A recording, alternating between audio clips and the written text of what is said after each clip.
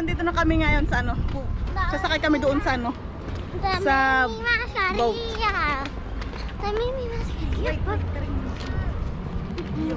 Ayan yung boat. Doon sa kabilang bayan. Short ride. Yan, ito guys, ano, free ride siya.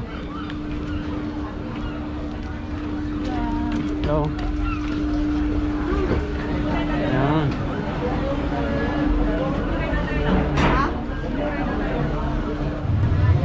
Ayun, no? Tatakbo na.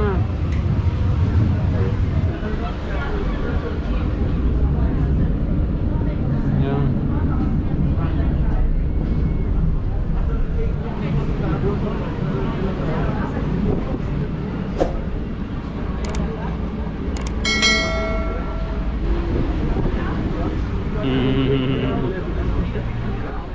Yan guys, mga nakakabit dyan sa ano, mga oyster daw. Ayan, no?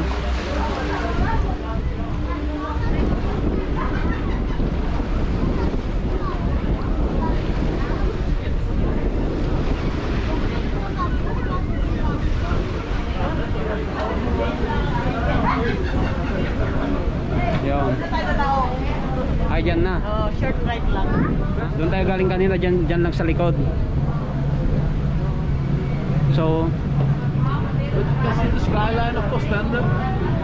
Skyline of Ostende. yeah, skyline daw ng ano, Ostende yan.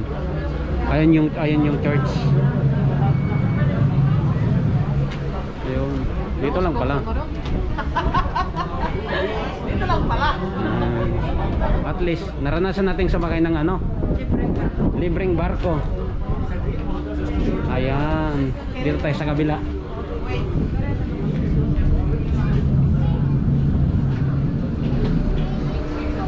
Yan din yung mga ano guys, mga sasakay din.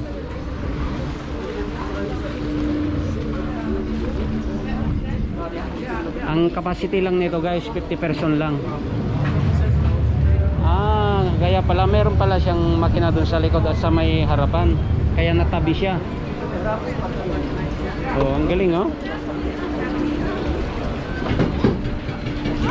Yun, tapos bababa na itong ano. Yan. Oh. Okay na. Nakapark na. Yun. So, ang daming nakapila.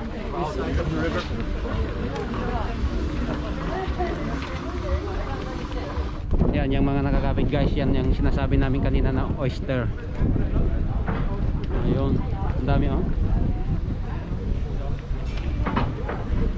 Marami pa rin doon sa may gilid, eh.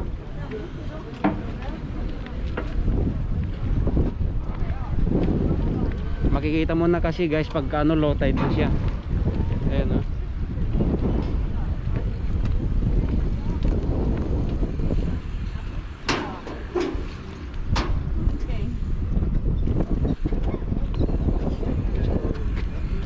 Jacket nga.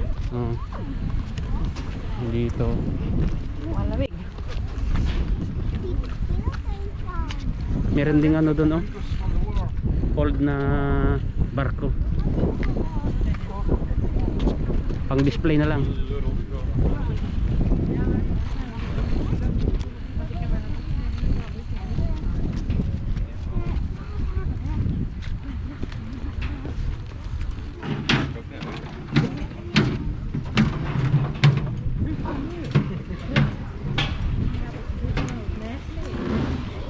Ang dami ring ano dito guys, mga turista na namamasyal dito.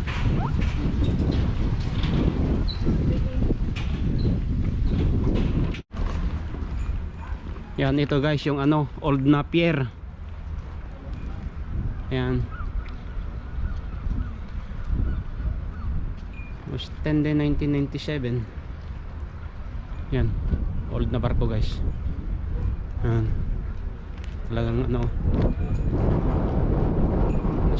nasira na yung ano, yung pintor nya.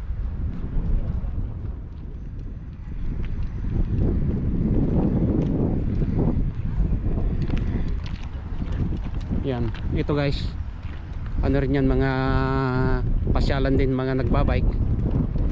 Yan. So dito raw kami.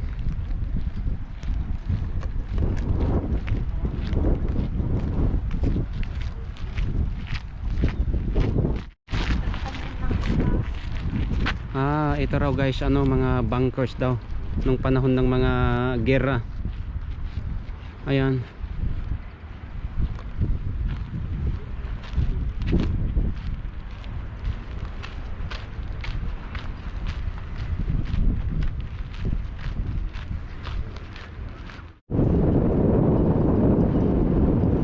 So guys, ito pala yung ano, yung sa may France. Diyan ang France, dito ang UK, at saka dyan ang Holland. So mahangin guys. Ito, lakad-lakad kami dito sa may gilid ng ano, dagat.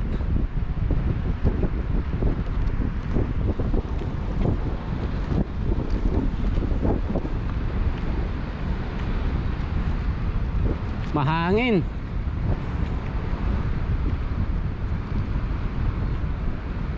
Yan guys, yan bunker nila yan. Ginamit nila noong World War. So guys, dito tayo sa ano, Port Napoleon, Believing Brasserie. Yan, ito yung ginamit nila nung ano, World War. Dito siya guys, oh. Ayan. Oh, di ba? Ayan, oh. Meron silang ano, parang racket-racket doon, oh.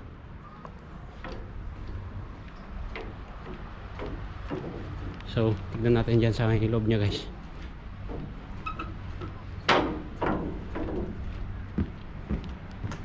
Oh.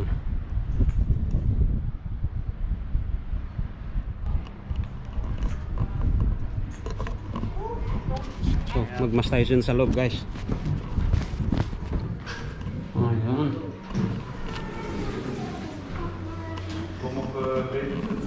Ito guys, free. Wala siyang entrance.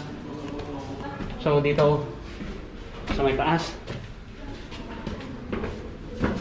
Oh, ang dilim ha.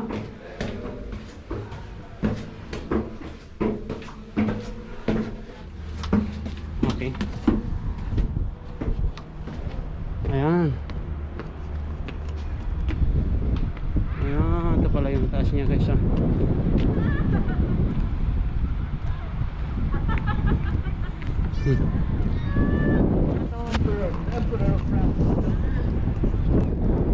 Yung emperor ng France, si Napoleon, binil daw niya ito. Para saan? Gera. Noong gyera. So siguro ito yung parang bank pa. So yung ginawa nilang ano, taguan. So ngayon, dahil hindi na sobrang old na siya, ang ginawa naman nila is inopen nila sa mga turista. At sa loob nga, makikita nyo doon may restaurant. And then may mini museum din siya. Pwede kang magpapalit ng ano, Belgium heritage coins. Makikita natin doon sa mamaya sa may entrance. So napakaganda. Then dito ginawan din nila ng bar. Yan. Pero marami pa rin kumakain dito kasi nga maganda din yung location.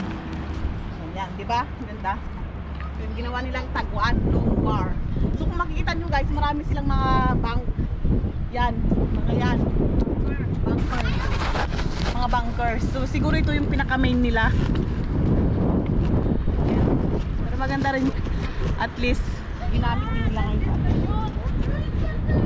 Ito, dito sila nagpipwesto. Mga ito, kung nakikita nyo mga to, mga butas. It's only for shooting! Is for shooting. Dito sila nagpupwesto. For shooting zombies! So matatamaan ka nga naman kung may ano, may missile. Pero kung ako mo yan lang ano, sa baba, well, maganda na 'tong position mo, di ba? Rifle, you put the rifle here, they shoot. You put the rifle inside, And you're very safe. but you cannot see your kalaban. Mm. You cannot see the enemy. Yeah, well, you see them coming. You see them coming here and then... There's a lot of holes, so Ah. a lot of people should. Okay. Yeah, very good din naman pagkakadesign. Magandang pagkakadesign. Skyline of Ostend. Yeah. You only die here when the missile will come. No? Not here, outside. Inside the toilet. Yun. There in the dunes. There, come on. So tignan natin dyan sa may ano niya guys, sa may baba. Dati sila nang ngayon. Yun. Teka nung mga kapagsan na Mario.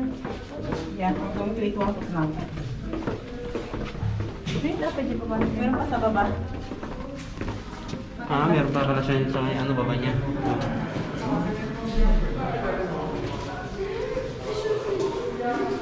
So guys, yan, may restaurant siya sa loob. Pero since hindi tayo naka-reserve, ito yung Belgian Heritage Coins.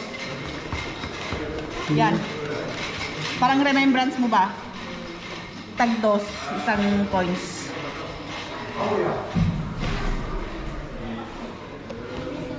Ginawa na lang nila parang mini museum and restaurant. Private event. Ginagamit to sa mga private event. Shh, chika! Come on.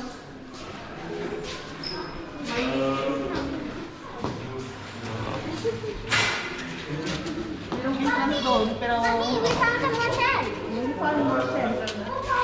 parang ano, may something mas special doon na makikita kasi nga may entrance. So, let's go guys. At least nakita natin itong mga old bunkers.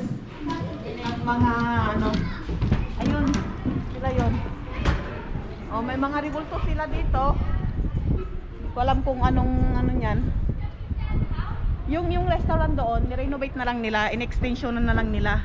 Kasi maganda nga naman tignan na may restaurant siya dito. Since marami namang turistang pumupunta dito at namamasyal, so magandang idea din na nag-renovate sila doon, nag-extension sila doon ng restaurant. Ha? Una. Ngayon guys, kung nandun ka nga naman sa taas, hindi ka matatamaan ng bala. Unless na lang kung may slide. It's a rocket. But you have to pay for it. Meron pa palang bahay dyan sa baba. Yan yung ano, baka meron pang magagandang makita dyan. So yun guys, experience natin yung mga ano, yung mga history nila about sa World War, yung naging location nila. Nakita natin. We found some more sand. Found more shell. So let's go back to the boat. Babalik na tayo sa ating kakain na tayo ng waffles.